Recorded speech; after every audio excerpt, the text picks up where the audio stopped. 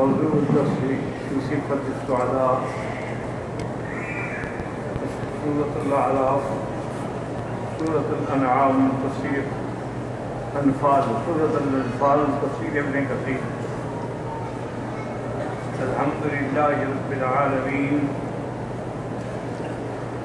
والصلاة والسلام على أشرف الأنبياء والسيد المرسلين سيدنا محمد وعلى آله وأصحابه أجمعين. اللهم صل على سيدنا محمد وعلى آل سيدنا محمد كما صليت على إبراهيم وعلى آل إبراهيم في العالمين إنك حميد مجيد. أعوذ بالله من الشيطان الرجيم، بسم الله الرحمن الرحيم. إنما المؤمنون الذين إذا ذكر الله وجلت قلوبهم وإذا تليت عليهم آياته زادتهم إيمانا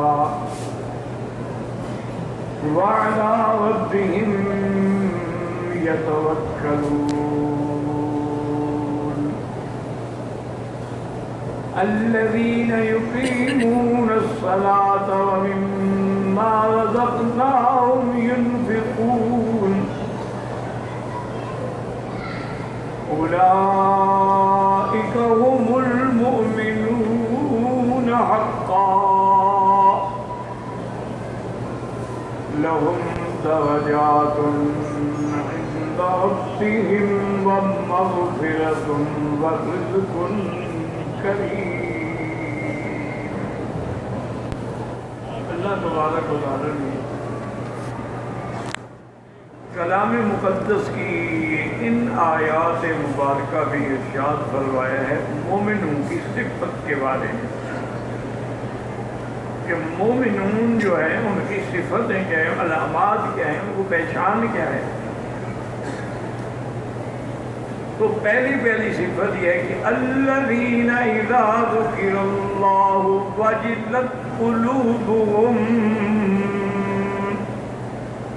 جب ان کے سامنے اللہ کا ذکر ہوتا ہے، قرآن پڑھا جاتا ہے تو ان کے دل جو ہے وہ لرز جاتے ہیں.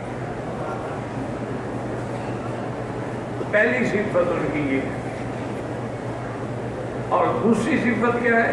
وَإِذَا تُلِيَتْ عَلَيْهِمْ آيَاتُهُ زَادَتْهُمْ إِيمَانًا، اور جب ان پہ اللہ کے قرآن کی آیات پڑھی جاتی ہیں تو ان کا ایمان اور بڑھ جاتا ہے.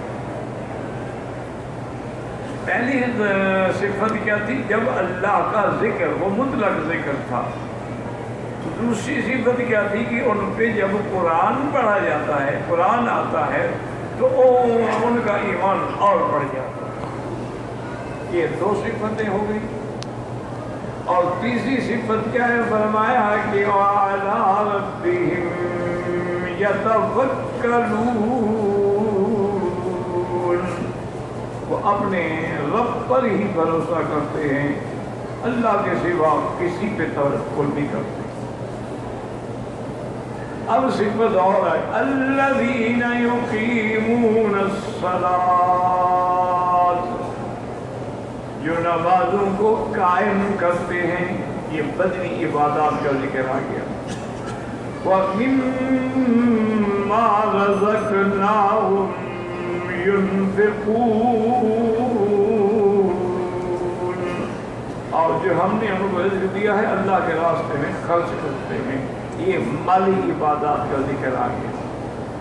اور جن میں یہ صفتیں ہوں اولئک هم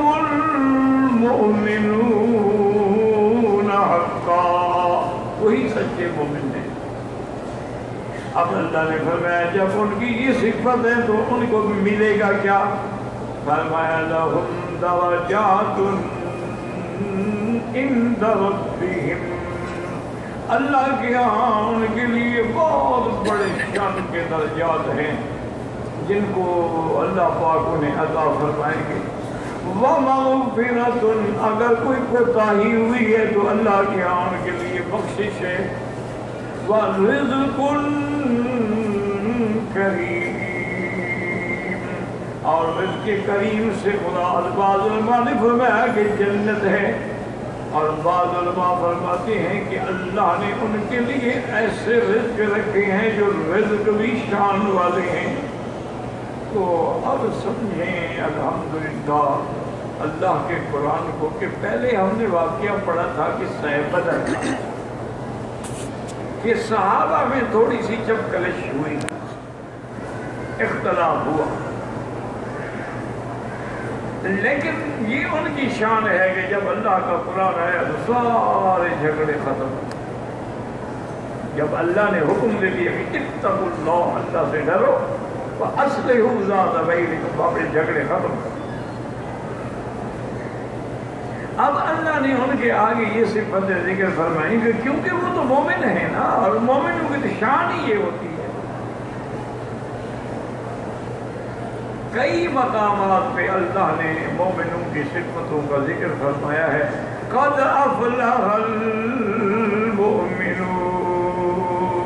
تحقیق مومن فلاح پا گئے ہیں۔ ویسے اصل میں تو فلاح قیامت میں پائیں گے، لیکن ماضی کا صیغہ ہے، چونکہ اللہ کی طرف سے جو خبر ہو اس میں شک نہیں ہوتا۔ اصل تو تھا سَيُفْلِحُ الْمُؤْمِنُونَ، دنیا میں تو مومنوں کے لیے مشقت ہے، بلائیں ہیں، اصل کامیابی تو آخرت میں، لیکن فرمایا افلاح، فلاح پا گئے ایمان والے۔ کیوں؟ جب اللہ نے فرمایا تو شک کیسے ہو سکتا؟ اسی لیے آپ دیکھتے ہیں نا کہ قرآن میں ایسے ایسے واقعات کا منظر اللہ نے بیان کیا ہے۔ وَنَادَى أَصْحَابُ الْجَنَّةِ أَصْحَابَ النَّارِ أَنْ قَدْ وَجَدْنَا مَا وَعَدَنَا رَبُّنَا حَقًّا وَهَلْ وَجَدْتُمْ مَا وَعَدَ رَبُّكُمْ حَقًّا۔ جنت والے جہنمیوں کو پکار کے کہیں گے کہ ہمیں بتاؤ، ہم سے جو اللہ نے وعدہ کیا تھا جنت کا، راحت کا، نعمت کا، ہمیں تو مل گیا ہے، کیا تم سے جو وعدہ تھا جہنم کا، عذاب کا، تمہیں بھی ملا؟ قالوا نعم، کہ ہاں ہمیں بھی مل گیا۔ اچھا، اسی طرح اگلی آیت وَنَادَى أَصْحَابُ النَّارِ أَصْحَابَ الْجَنَّةِ، اب جہنمی پکاریں گے جنت والوں کو، أَنْ أَفِيدُوا عَلَيْنَا مِنَ الْمَاءِ أَوْ مِمَّا رَزَقَكُمُ اللَّهُ، ہم پر مہربانی کرو، کچھ پانی پھینکو، یا جو اللہ نے رزق دیا ہے ہمیں بھی کچھ عطا کر دو۔ قالوا ان اللہ حرمہما علی الکافرین، مومن کہیں گے کہ اللہ نے جنت کی نعمتیں کافروں پہ حرام کر دی۔ تو اب یہ جو ہے کہ جنت والے پکار رہے ہیں، جہنم والے پکار رہے ہیں، تو نہ تو کوئی جنت میں گیا ہے نہ کوئی جہنم میں گیا ہے۔ جنت اور جہنم میں تو قیامت پہ اٹھنے کے بعد فیصلے ہوں گے، اور پھر جنت والے جنت میں اور جہنم والے، ابھی تو کوئی نہیں گیا تھا، تو پھر پکار کیسے رہے ہیں؟ اسی لیے بعض ملاحدہ جو ہیں اور مستشرقین کو یہی بہانے ملتے ہیں کہ جی جنت میں تو ابھی داخلہ ہی نہیں ہوا۔ اصل بات یہ ہے کہ اللہ کے علم میں ہے کہ جب جنت والے جنت میں آئیں گے تو یہ کہیں گے، اور جہنم والے جہنم میں آئیں گے تو یہ کہیں گے۔ وہی منظر اللہ نے اپنے نبی کو دنیا میں بتلا دیا، ورنہ ہوگا تو اسی وقت۔ اسی لیے ہمیشہ یاد رکھیں کہ جیسے قد افلح المؤمنون، مومن فلاح پا گئے، الذین هم فی صلاتهم خاشعون، صفت کیا ہے؟ نماز میں خشوع والے، اللہ سے ڈرنے والے، اللہ تبارک و تعالیٰ کی ہیبت و عظمت کو سامنے رکھ کے نمازیں ادا کرتے ہیں۔ والذین هم عن اللغو معرضون، اور بےہودہ باتوں سے اعراض کرتے ہیں، ان کی طرف توجہ ہی نہیں کرتے ہیں۔ والذین هم للزکاة فاعلون، اور صفت یہ ہے کہ اللہ اگر مال دیتا ہے تو زکوٰۃ دینے والے ہیں۔ والذین هم علی فروجہم حافظون، اور جو اپنی شرم گاہوں کی حفاظت کرنے والے ہیں۔ الا علی ازواجہم او ما ملکت ایمانہم فإنہم غیر ملومین، ہاں اپنی بیویاں یا ملک الیمین جو اللہ نے حلال کیا ہے اس سے فائدہ اٹھاتے ہیں۔ والذین هم لأماناتہم وعہدہم راعون، اور مومنوں کی صفت یہ ہے کہ وہ امانت پوری کرتے ہیں اور جو عہد کرتے ہیں ان کا خیال رکھتے ہیں۔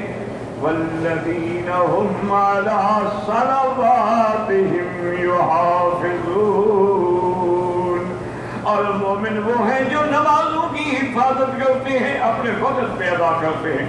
اولئک هم الوارثون الذین یرثون الفردوس الاعلی ہم فیہا خالدون، یہ وہ لوگ ہیں جن کو ورثے میں یرثون وارث بنیں۔ کس چیز کے وارث بنیں گے؟ الفردوس الاعلی، جو سب سے بڑی جنت ہے جس کا نام فردوس اعلی ہے۔ اللہ کی کئی جنتیں ہیں، جنت النعیم ہے، جنت الخلد ہے، جنت العدن ہے، جنت الفردوس ہے۔ اس لیے صحیح حدیث میں آتا ہے کہ میرے آقا رحمت دو جہاں صلی اللہ علیہ وسلم فرماتے ہیں اذا سألتم اللہ الجنت فاسألوه الفردوس الاعلی، جب اللہ سے جنت مانگو تو جنت فردوس الاعلی مانگا کرو، کیونکہ فردوس سب سے اعلیٰ جنت ہے کہ ساتواں آسمان جو ہے گویا اس کی زمین ہے، اور اللہ کا عرش جو ہے گویا اس کی چھت ہے، وہ اتنے بڑے بلند مقام پہ ہے۔ تو یہ مومنوں کی صفتیں ہیں، تو ان کا ذکر کیوں آتا ہے؟ یاد رکھو کہ قرآن جب پڑھو تو غور کرو کہ جو جو ایمان والوں کی صفتیں ہیں وہ ہمارے اندر ہیں یا نہیں ہیں۔ قرآن اس لیے نہیں آیا ہے کہ کسی کہانی کی کتابیں پڑھو اور چلے جاؤ، قرآن تو اس لیے آیا ہے کہ اس میں تدبر کرو، غور کرو، فکر کرو کہ بھئی اللہ نے یہ جو مومنوں کی صفتوں کا ذکر فرمایا ہمارے اندر ہے۔ سب سے پہلے کیا اذا ذکر اللہ، جب اللہ کا ذکر ہو تو ان کے دل کانپ جاتے ہیں، لرز جاتے ہیں۔ وجلت قلوبہم، کیا ہمارے اندر یہ صفت ہے؟ اللہ اکبر، بس ذکر ہو رہا ہے، درس ہو رہا ہے، سن لیا ہے، نہیں سنا ہے۔ تو اس کا مطلب یہ ہوا کہ یہ صفت ہمارے اندر نعوذ باللہ نہیں ہے۔ وَإِذَا تُلِيَتْ عَلَيْهِمْ آيَاتُهُ، یاد رکھو ایک لفظ ہے تلا یتلو، تلاوت، ایک لفظ ہے قرأ یقرأ یعنی قراءت۔ تو بعض علماء فرماتی ہیں کہ قرأت اور تلاوت معنی میں نے پڑھا، اس میں کوئی فرق نہیں ہے، لیکن محققین علماء کہتے ہیں نہیں، بہت بڑا فرق ہے اس میں کہ لفظ قراءت جو ہے وہ تو عام ہے، آدمی قراءت اخبار پڑھتا ہے کہ میں نے اخبار پڑھی، میں نے رسالہ پڑھا، لیکن لفظ تلاوت وہاں استعمال ہوتا ہے جس چیز کے پڑھنے پر ثواب ملتا۔ تو جب وہ کہتی ہیں تلاوت کتاب، کیونکہ اللہ کا قرآن جب پڑھیں گے تو ثواب ملے گا، تو اس لیے آتا ہے کہ انبیاء کا وظیفہ کیا، یتلو علیہم آیاتک، آپ کی آیات ان پہ پڑھتے ہیں۔ یہاں بھی ذات تلیت، جب ان پہ اللہ کا قرآن پڑھا جاتا ہے، زادتہم ایمانا، ان کا ایمان اور بڑھ جاتا ہے۔ اب یاد رکھیں ایمان کے بڑھ جانے کا کیا مطلب ہے؟ بعض علماء صرف فرماتے ہیں کہ بالکل ان کو ظاہر پہ چھوڑو، جیسے اللہ نے فرمایا وہ حقیقت ہے، ایمان بڑھ جاتا ہے۔ اور بعض علماء نے فرمایا کہ اس کا مطلب یہ ہے کہ مثلا 9 حکم پہلے آ چکے تھے، اب 10واں حکم آ گیا، جب ہم 10ویں پر بھی ایمان لے آئے تو ایمان بڑھ گیا۔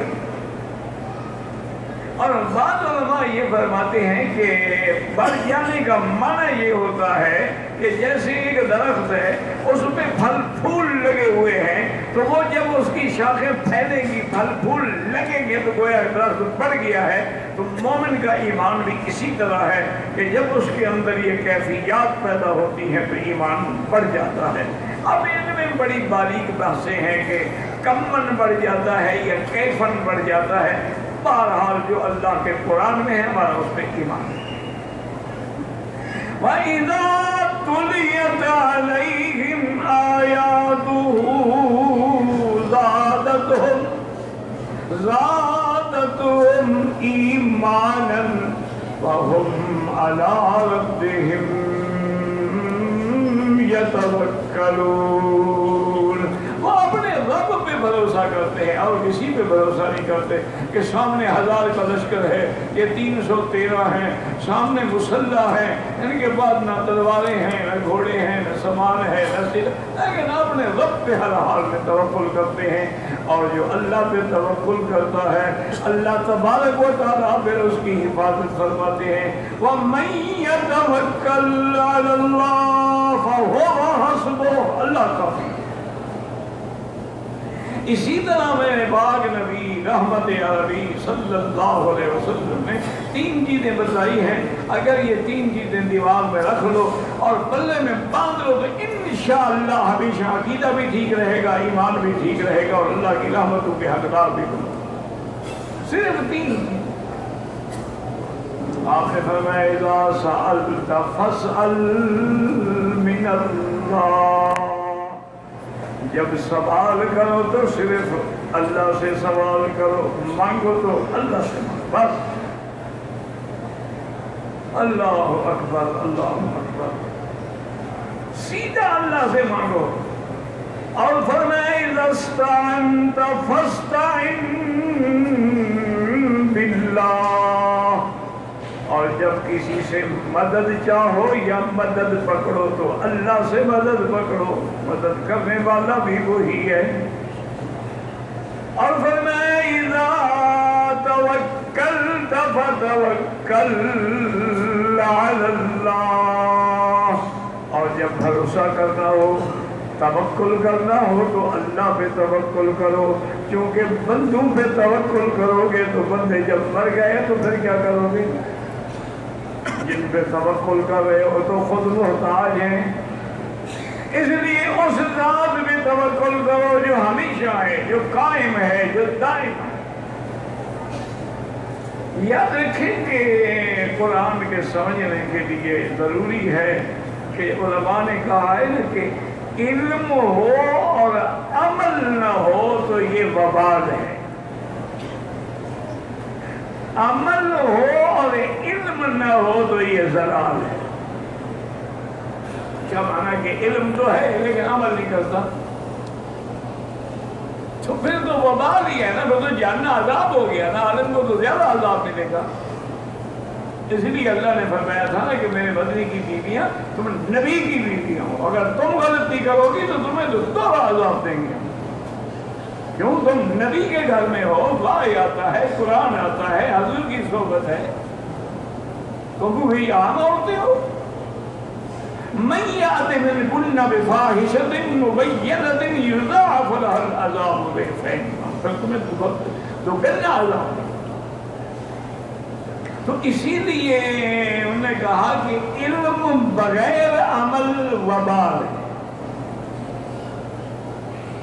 اور عمل بغیر علم، کہ عمل تو کر رہا ہے لیکن علم نہیں ہے کہ سنت ہے کہ بدعت ہے، بس کرتا جا رہا ہے، تو وہ تو گمراہی ہے. لازمی بات ہے کہ علم بھی ہو، عمل بھی ہو، اور وہ موافق بھی ہو سنت محمد مصطفیٰ صلی اللہ علیہ وسلم، ورنہ اس کے علاوہ جو ہے گمراہی ہی گمراہی ہے، ضلال ہی ضلال ہے.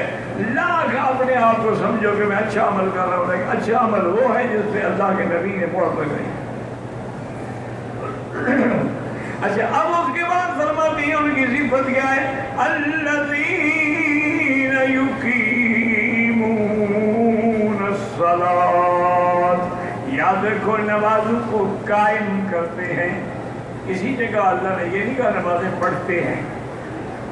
اقم الصلاۃ لدلوک الشمس الی غسق اللیل، اور کہیں فرمایا قم اللیل الا قلیلا، اور کہیں فرمایا اللہ تبارک و تعالی نے مقیمی الصلاۃ. قائم کرنے کا کیا معنی؟ قائم کرنے کا معنی یہ ہے کہ نماز کو اس کے شرائط اور ارکان کے ساتھ ادا کیا جائے. کیا معنی؟ اگر وضو نہ ہو تو نماز نہیں ہوگی، اگر وضو ہے جگہ بریت ہے تو نماز نہیں ہوگی، اگر وضو بھی ہے جگہ پاک ہے لیکن قبلے سے ہٹا ہوا ہے تو نماز نہیں ہوگی، اگر وضو بھی ہے نماز بھی ہے رخ بھی قبلے کی طرف ہے، نہ قرآن ہے نہ آیت ہے نہ سورت ہے تو پھر بھی نماز نہیں ہوگی، نہ رکوع ہے نہ سجود ہے پھر بھی نماز نہیں ہوگی. تو نماز کے جو احکام ہیں، جو ارکان ہیں، جو شرائط ہیں، جو فرائض ہیں، جو واجبات ہیں، جو سنن ہیں، ان سب کو ادا کرے اور وقت پہ نماز ادا کرے. یہ نہیں ہے کہ جب سورج پیلا ہونے لگ گیا تو عصر کی نماز پڑھ رہا ہے. اور انہوں نے فرمایا کہ یہ تو منافق کی نماز ہے. وقت پہ نماز پڑھو، نماز کے اوقات ہے. اور اگر مسجد قریب ہے تو اس کی نماز مسجد کے بغیر نہیں ہوگی. لا صلاۃ لجار المسجد الا فی المسجد، جماعت کے ساتھ نماز پڑھو. تو جو نماز کی شرطیں ہیں ان کو پورا کر کے نماز پڑھے تو اب وہ نماز کو قائم کر رہا ہے. اور اگر وہ وقت کا خیال نہیں کرتا تو پھر نماز کو قائم نہیں کر رہا. اگر اس نے پاکی پلیدی کا خیال نہیں کیا، طہارت خفیفہ، طہارت حقیقی یا اصلیہ کا خیال نہیں کیا تو پھر بھی نماز قائم کرنا نہیں ہوگا. وَيُقِيمُونَ الصَّلَاةَ وَمِمَّا رَزَقْنَاهُمْ يُنْفِقُونَ، اور جو ہم نے ان کو رزق دیا ہے، دیا تو سب کچھ ہم نے ہے، پھر بھی اس کو اللہ کے راستے میں خرچ نہیں کرتے ہو. اللہ نے فرمایا مومن کی تو صفت یہ ہے کہ جو ہم نے ان کو دیا ہے، اب صدقات واجبہ ہیں یا نافلہ ہیں، وہ اللہ کے راستے میں خرچ کرتے ہیں. یہ ایمان کی صفت ہے. اور جن میں یہ صفتیں پائی گئی فرمایا اولئک هم المؤمنون حقا، یہی پکے ہوں جن کے اندر یہ. اور دیکھیں جہاں اللہ نے صحابہ کو کہا ہے تو کیا مانا کہ صحابہ میں یہ ساری صفتیں تھیں، تب اللہ نے گواہی دی کہ ہم المؤمنون حقا، میرا وزیر تیرے صحابہ تو پکے مومن ہیں. کیوں؟ مانا یہ ہے کہ اللہ ان کے اندر ظاہر کو جانتے ہیں. فَعَلِمَ مَا فِي قُلُوبِهِمْ، ان کے دلوں کے اندر جو ہے وہ بھی جانتے ہیں. اس لیے فرمایا اولئک هم المؤمنون حقا لهم درجات، اللہ یہاں ان کے بڑے بڑے درجات ہیں، بڑے بڑے مراتب عالیہ ہیں. درجات عند ربهم ومغفرۃ، اگر کوئی کوتاہی ہو تو اللہ کے ہاں بخشش کے خزانے ہیں. ان کے لیے بخشش بھی ہے، کوتاہی ہو جائے تو اللہ معاف فرما دیتے ہیں۔ وَرِزْقٌ کریم، اور ان کے لیے جنت کا فیصلہ ہو چکا ہے، اور جنت میں ایسے رزق ملیں گے کہ ما لا عین رأت ولا اذن سمعت ولا خطر علی قلب بشر۔ حضور نے فرمایا جنت کی نعمتیں ایسی ہیں جن کو کسی آنکھ نے دیکھا نہیں ہے، کسی کان نے سنا نہیں ہے، اور کسی کے خیال میں بھی نہیں آ سکتی ہیں۔ جنت تو جنت ہے۔ تو اس لیے ہمیشہ اپنے آپ میں مومنین کی صفات پیدا کرنے کی کوشش کیا کریں۔ اللہم اجعلنا منہم واجعلنا معہم واختم لنا علی الایمان۔